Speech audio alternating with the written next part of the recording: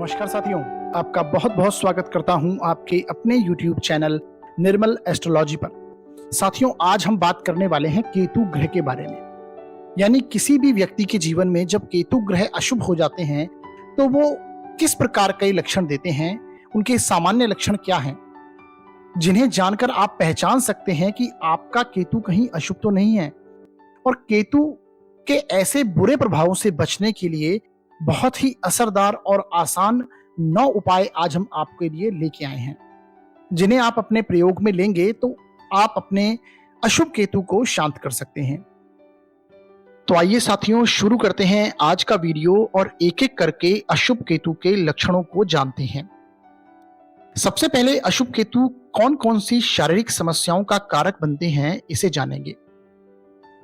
जिनका भी केतु अशुभ होता है, ऐसे व्यक्तियों के पैरों के नाखून खराब रहते हैं, उनमें कोई ना कोई परेशानी बनी रहती है।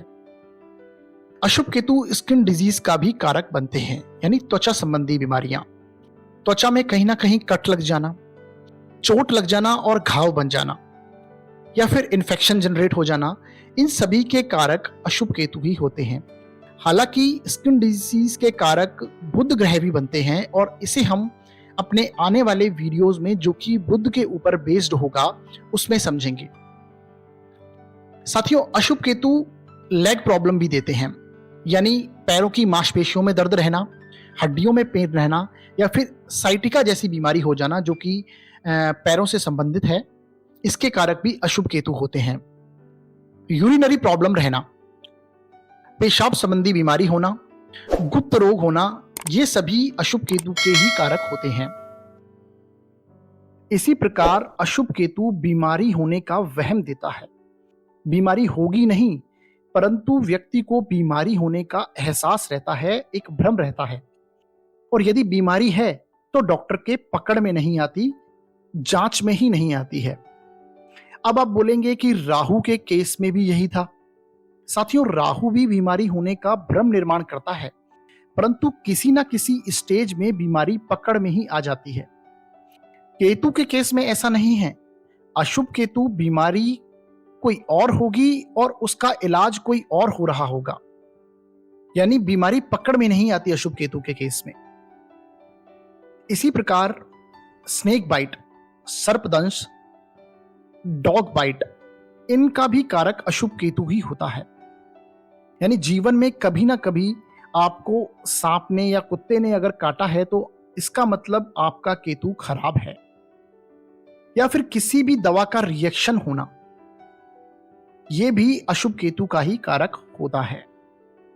इसी प्रकार साथियों, यदि कार्यस्थल पर आप भी षड्यंत्र का शिकार होते हैं, किसी राजनीति का शिकार होते हैं, आपके छुपे हुए शत्रु से आपको नुकसान होता है, तो यह भी अशुभ केतु का कारक है, यानी केतु आपका खराब है। इसी प्रकार पीछे से धोखा मिलना, यानी जिन्हें आप सही समझते हैं वे आपके पीठ पीछे आपको धोखा दें, तो ये अशुभ केतु का लक्षण होता है। इसी प्रकार बहुत समय तक नौकरी ना मिलना, नौकरी का छूट जाना और लंबे समय तक नौकरी ना मिलना प्रयासों के बावजूद, तो ये अशुभ केतु का लक्षण होता है। व्यापार में स्थिरता ना होना, बार बार व्यापार चेंज करते रहना, ये अशुभ केतु इसका कारक बनते हैं। इसी प्रकार किसी भी गुप्त बात को गुप्त ना रख पाना, जिनका भी केतु अशुभ है, ऐसे व्यक्ति अपने रहस्य को रहस्य नहीं रख पाते, किसी को भी बता देते हैं और बाद में खूब पेट भर के पछताते हैं। इसी प्रकार आकस्मिक घटनाएं होना, आकस्मिक घटनाओं का कारक राहु भी है और केतु भी होता है। यानी ओवरनाइट कोई बदलाव हो जाना, नौकरी छूट जाना, अचानक से कोई दुर्घटना हो जाना, जिनकी आपको एक्सपेक्टेशन ही नहीं हो, ऐसा कोई कार्य अचानक से होना, ये अशुभ केतु इसके कारक बनते हैं। इसी प्रकार ननिहाल की हालत अच्छी ना हो, किसी भी व्यक्ति के ननिहाल पक्ष की हालत अच्छी ना हो, तो आप समझ लीजिए उसका केतु अशुभ है, क्योंकि केतु मामा का और नाना का कारक होता है। इसी प्रकार संतति होने में तकलीफ होना, बेटा होने में तकलीफ होना, ये अशुभ केतु इसके कारक बनते हैं, क्योंकि केतु से हम पूर्व जन्म के कर्मों को भी देखते हैं। केतु इसके कारक होते हैं। और पूर्व जन्म में जो जिनके हम कर्जदार होते हैं, वो इस जन्म में हमारे बच्चों के रूप में जन्म लेते हैं। इसलिए जिनका भी केतु अशुभ है, ऐसे व्यक्ति को संतति होने में या बेटा होने में तकलीफ होती है। जिनका भी केतु खराब होता है, ऐसे व्यक्ति को 48वें वर्ष में कोई ना कोई बड़ी घटना का सामना करना पड़ता है, कोई ना कोई परेशानी का सामना करना पड़ता है। दोषारोपण का शिकार होना, यानी बिना गलती के आरोप लगना, यदि ऐसा आपके साथ हो रहा है तो भी आपका केतु अशुभ है। इसी प्रकार जुए की लत लगना, हर तरह के नशे की लत लगना, यह भी अशुभ केतु का ही एक लक्षण है। हालांकि राहु के केस में भी हमने देखा था कि हर तरह के नशे या पाप कर्म हम राहु से ही देखते हैं, राहु ही इनको करवाता है। परंतु इन चीजों की लत होना, आदत लग जाना, यह अशुभ केतु का लक्षण होता है। तो साथियों, ये थे अशुभ केतु के कुछ लक्षण और उसके अशुभ प्रभाव। साथियों, और भी कई अशुभ प्रभाव केतु देते हैं यदि वो कुंडली में खराब हो जाएं। जैसे सुनाई ना देना, सुनने की क्षमता में कमी करना, यह भी अशुभ केतु का लक्षण है। सर के बाल झड़ना, यह भी अशुभ केतु के लक्षण है।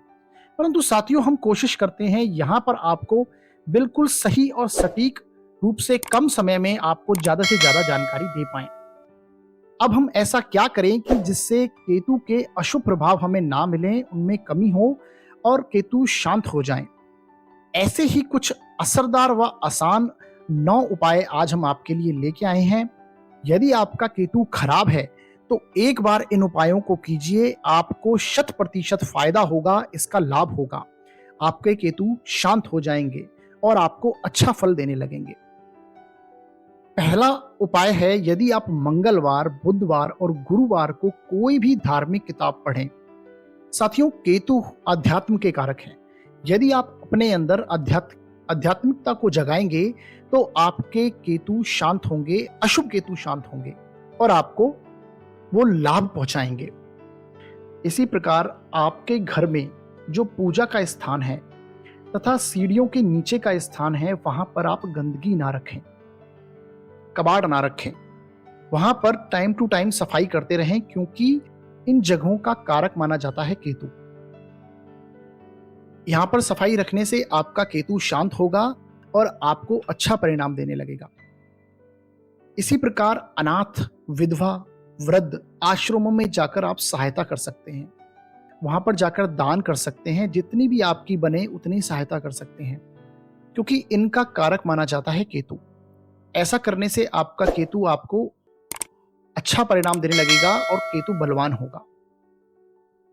इसी प्रकार प्रतिदिन आवारा कुत्तों को भोजन डालें। जो भी आप स्ट्रीट डॉग्स हैं आपके घर के बाहर, उनको आप भोजन डालें, और चाहे तो आप डॉग घर में रख भी सकते हैं।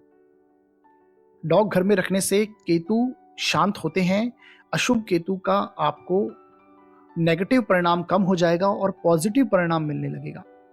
इसी प्रकार अपने पास आप एक हाथी दांत रखें, चाहे तो आप अपने साथ रख सकते हैं या घर में कहीं पे टांग सकते हैं। ऐसा करने से भी केतु शांत होते हैं और केतु का आपको सही रिजल्ट मिलने लगता है। इसी प्रकार 9 मुखी रुद्राक्ष की आप माला पहन सकते हैं, क्योंकि ये केतु का कारक मानी जाती है। कान में सोना पहनिए। कान में सोना पहनने से भी केतु शांत होते हैं। अगला उपाय है, गणेश जी की आराधना प्रतिदिन करें। साथियों, जिनका भी केतु खराब होता है, ऐसे व्यक्ति को गणेश जी की आराधना जरूर करनी चाहिए।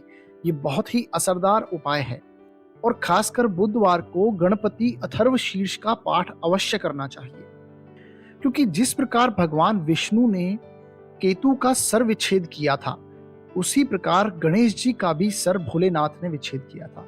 इसलिए केतु को गणेश जी अपने जैसे लगते हैं, वे उन्हें अपने जैसे समझते हैं। तो गणेश जी की आराधना करने से केतु के अशुभ प्रभाव नहीं मिलते। इसी प्रकार धारदार वस्तुएं जैसे कैंची, चाकू आदि का आप दान कर सकते हैं।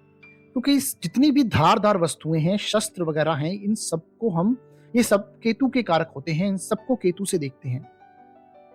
इसी प्रकार आप केतु के बीज मंत्र का जाप भी कर सकते हैं। केतु के बीज मंत्र आपको अभी स्क्रीन पर दिखाई दे रहे होंगे। साथियों, इन मंत्रों का जाप आप प्रत्येक मंगलवार के दिन 108 बार प्रातः काल में स्नान आदि से निवृत्त होके कर सकते हैं।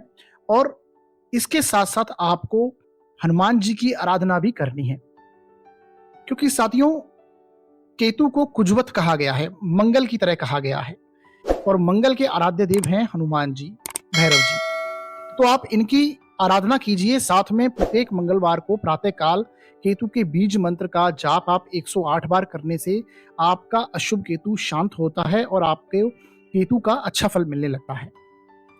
इसी प्रकार केतु का रत्न लहसुनिया भी आप धारण कर सकते हैं। साथियों, रत्न धारण करने से पहले आपको अपनी जन्म कुंडली का विश्लेषण किसी अच्छे ज्योतिष, अच्छे एस्ट्रोलॉजर से करवाना चाहिए, क्योंकि कुंडली में कुछ विशेष स्थितियों में ही लहसुनिया रत्न धारण किया जा सकता है और किसी अच्छे विद्वान की सलाह के आधार पर ही आप इसे पहने। अदरवाइज आपको शारीरिक रूप से और मानसिक रूप से परेशानी का सामना करना पड़ सकता है। साथियों, लहसुनिया को धारण करने के लिए आप इसे चांदी की अंगूठी में जड़वा कर मंगलवार के दिन सूर्योदय होने के 1 घंटे के अंदर अंदर आप इसे केतु के बीज मंत्र का जाप करें और फिर इसे पहने। इससे आपको बहुत लाभ होगा और केतु के अच्छे परिणाम प्राप्त होने लगेंगे। तो ये थे केतु के कुछ अचूक और असरदार और बहुत ही आसान उपाय।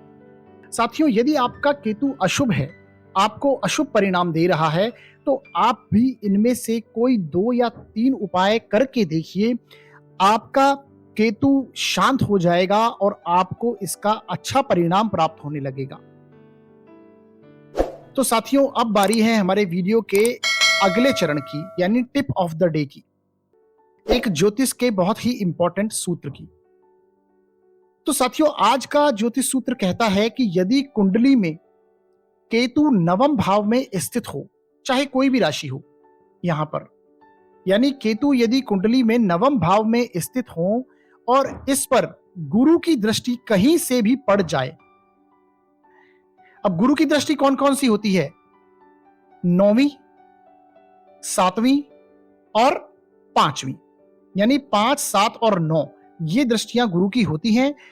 यदि आपको नहीं पता तो आप हमारे चैनल की प्लेलिस्ट में जाइए और ग्रहों की दृष्टि के ऊपर मैंने एक प्रॉपर वीडियो बना रखा है, वहां से आप जाके इसे समझ सकते हैं। तो यदि केतु पर जो नवम भाव में स्थित हैं, इन पर गुरु की दृष्टि कहीं से भी पड़ती है, तो ऐसा व्यक्ति जिनकी कुंडली में ये योग होगा, ऐसा व्यक्ति बहुत ही धार्मिक प्रवृत्ति का होगा, शास्त्रों का ज्ञाता होगा और धर्म कर्म में उसकी बहुत रुचि रहती है, धार्मिक पुस्तकें पढ़ने में उसकी बहुत रुचि रहती है। ऐसे व्यक्ति को धार्मिक यात्राएं बहुत पसंद होती हैं। वो जीवन भर तीर्थ यात्रा, धार्मिक यात्रा अवश्य ही करता है और जो भी रुचि उसकी होगी उसमें वो धर्म अवश्य ही लेके आएगा, वो धार्मिक रुचियां रखेगा। तो साथियों, ये थी आज का टिप ऑफ द डे। तो आपको टिप ऑफ द डे हमारी कैसी लगी, आप हमें कमेंट बॉक्स में जरूर बताइएगा। इसी प्रकार हम अपने वीडियो को यहीं विराम देते हैं और आपको हमारा वीडियो कैसा लगता है आप हमें अवश्य बताइए। हमारे वीडियो को लाइक कीजिए, शेयर कीजिए वीडियो को और चैनल को सब्सक्राइब कीजिए। और कोई भी सुझाव देना है तो आप हमें कमेंट बॉक्स में लिख सकते हैं। और यदि आपको कुंडली का विश्लेषण करवाना है तो आप हमारे डिस्क्रिप्शन में दिए हुए नंबर्स पर कॉल कर सकते हैं, व्हाट्सएप भी कर सकते हैं। तो हमारा वीडियो देखने के लिए बहुत बहुत धन्यवाद साथियों।